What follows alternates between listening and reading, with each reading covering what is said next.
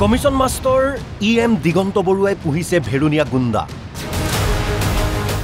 সংবাদ সংগ্ৰহৰ বাবে যোৱা সাংবাদিকক আক্ৰমণ গুণ্ডা বাহিনীৰ।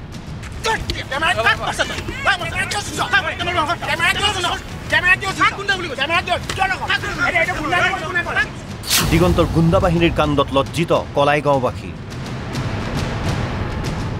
দিগন্ত বৰুৱা আৰু গুণ্ডা বাহিনীক সৰ্বত্ৰ ধিক্কাৰ। ওদালগুৰিৰ মুদৈবাৰী পৰিষদীয় সমষ্টিৰ বিজেপিৰ পাৰিষদ তথা BTRৰ জলসিঞ্চন বিভাগৰ কাৰ্যবাহী সদস্য দিগন্ত বৰুৱাৰ কমিশন ৰাজ আৰু দুৰ্নীতিৰ বাতৰি আমি সবিস্তাৰে প্ৰচাৰ কৰি আহিছোঁ। তাৰে অংশস্বৰূপে বৃহস্পতিবাৰে সৰজমিন তদন্ত কৰি বাতৰি পৰিৱেশন কৰিবৰ বাবে কলাইগাঁৱত উপস্থিত হৈছিল NB নিউজৰ গুৱাহাটীৰ সাংবাদিক ধৃতিৰাজ কলিতা আৰু ভিডিঅ' জাৰ্নেলিষ্ট প্ৰিয়ম শইকীয়া। তেতিয়াই দুয়োৰে ওপৰত জঁপিয়াই পৰিছিল দিগন্ত বৰুৱাৰ গুণ্ডা বাহিনী।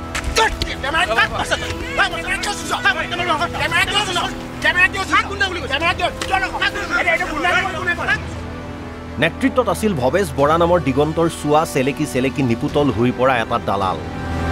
এই কাণ্ডক লৈ এতিয়া সৰ্বত্ৰ প্ৰতিক্ৰিয়াৰ সৃষ্টি হৈছে।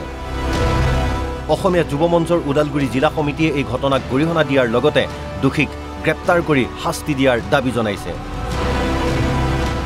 লগতে দিগন্তৰ সম্পত্তিৰ তদন্ত কৰাৰো দাবী অসমীয়া যুৱ মঞ্চৰ। 10ৰ পৰা 12% কমিশন লয়। কমিশন মাষ্টাৰ হিচাপে পৰিগণিত হৈছে BTCত।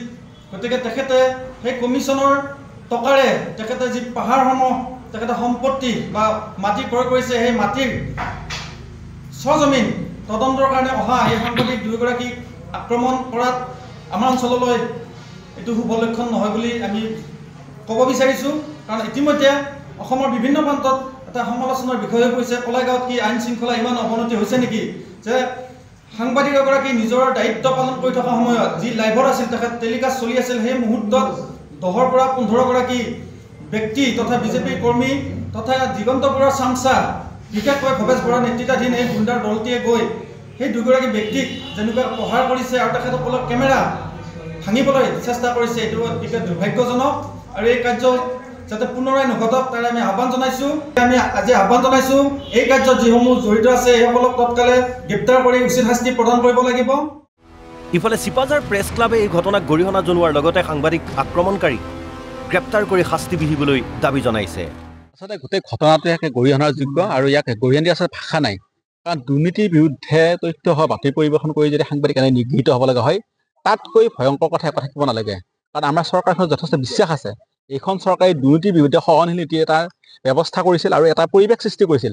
তেনে এখন চৰকাৰ দিয়ক যদি সেইখন চৰকাৰে যদি জনপ্ৰতিনিধিয়ে এনেকুৱা আচৰণ কৰে, নিতান্তভাৱে গৰিহণাযোগ্য। কেৱল সাংবাদিকৰ ওপৰত আক্ৰমণেই নহয়, যিকোনো ধৰণৰ আক্ৰমণৰ কথা আমি তীব্ৰ বিৰোধিতা কৰিছোঁ। আচৰিত কথা যে বিজেপি দলৰ যিগৰাকী EM তেওঁ EM গৰাকীৰ ক্ষেত্ৰত কিন্তু বিজেপি চৰকাৰে প্ৰথমতে এটা শাস্তিমূলক ব্যৱস্থা গ্ৰহণ কৰিব লৈছে, কিন্তু ঘটনা 24 ঘণ্টা পাৰ হ'ল। 24 ঘণ্টা পাৰ হোৱাৰ পিছতো কিন্তু আৰক্ষীয়ে কোনো ধৰণৰ ব্যৱস্থা গ্ৰহণ কৰা নাই বা চৰকাৰে কোনো ধৰণৰ ব্যৱস্থা গ্ৰহণ কৰা নাই। ধুবুৰীৰ চাপৰ প্ৰেছ ক্লাবে সাংবাদিকক আক্ৰমণ কৰা ঘটনাৰ প্ৰতিবাদত মুখত ক'লা কাপোৰ বান্ধি প্ৰতিবাদ সাব্যস্ত কৰে। লগতে সাংবাদিকৰ সুৰক্ষা সুনিশ্চিত কৰিবলৈ আহ্বান জনায় মুখ্যমন্ত্ৰীক। যোগীঘোপা প্ৰেছ ক্লাবেও ধিক্কাৰ জনায় এই ঘটনাক।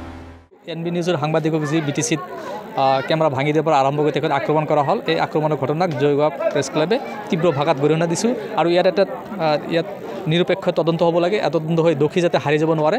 আমি ভাবোঁ যে হিমন্ত বিশ্ব শৰ্মা এজন ক্লিন মানুহ আৰু তেখেতে যি সাংবাদিকৰ প্ৰতি আচলতে তেখেতৰ দায়বদ্ধতা আছে আৰু সেই দায়বদ্ধতাখিনি যাতে এই ঘটনাৰ পৰা দেখুৱাই দিব পাৰে, তাৰ কাৰণে আমি জয়গোৱা প্ৰেছ ক্লাবৰ পৰা তেখেতক আহ্বান জনাইছোঁ। কাৰণ দুৰ্নীতিৰ বিৰুদ্ধে বাতৰি সম্প্ৰচাৰণ কৰিলে বা বাতৰি সংগ্ৰহ কৰিবলৈ গ'লে একমাত্ৰ লক্ষ্য হৈ পৰে সাংবাদিকসকল।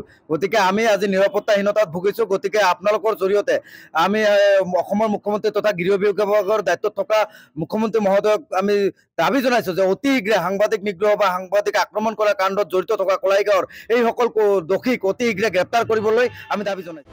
ইফালে APCCৰ অন্যতম সম্পাদক উৎপল গগৈয়ে এই ঘটনাক গৰিহণা দিয়াৰ লগতে EM দিগন্ত বৰুৱাৰ বিৰুদ্ধে তদন্তৰ দাবী জনায়। সাংবাদিকৰ ওপৰত গণতান্ত্ৰিক চৰকাৰ এখনে এনেধৰণৰ ব্যৱহাৰ কেতিয়াও কৰা যুক্তিসংগত কথা নহয়।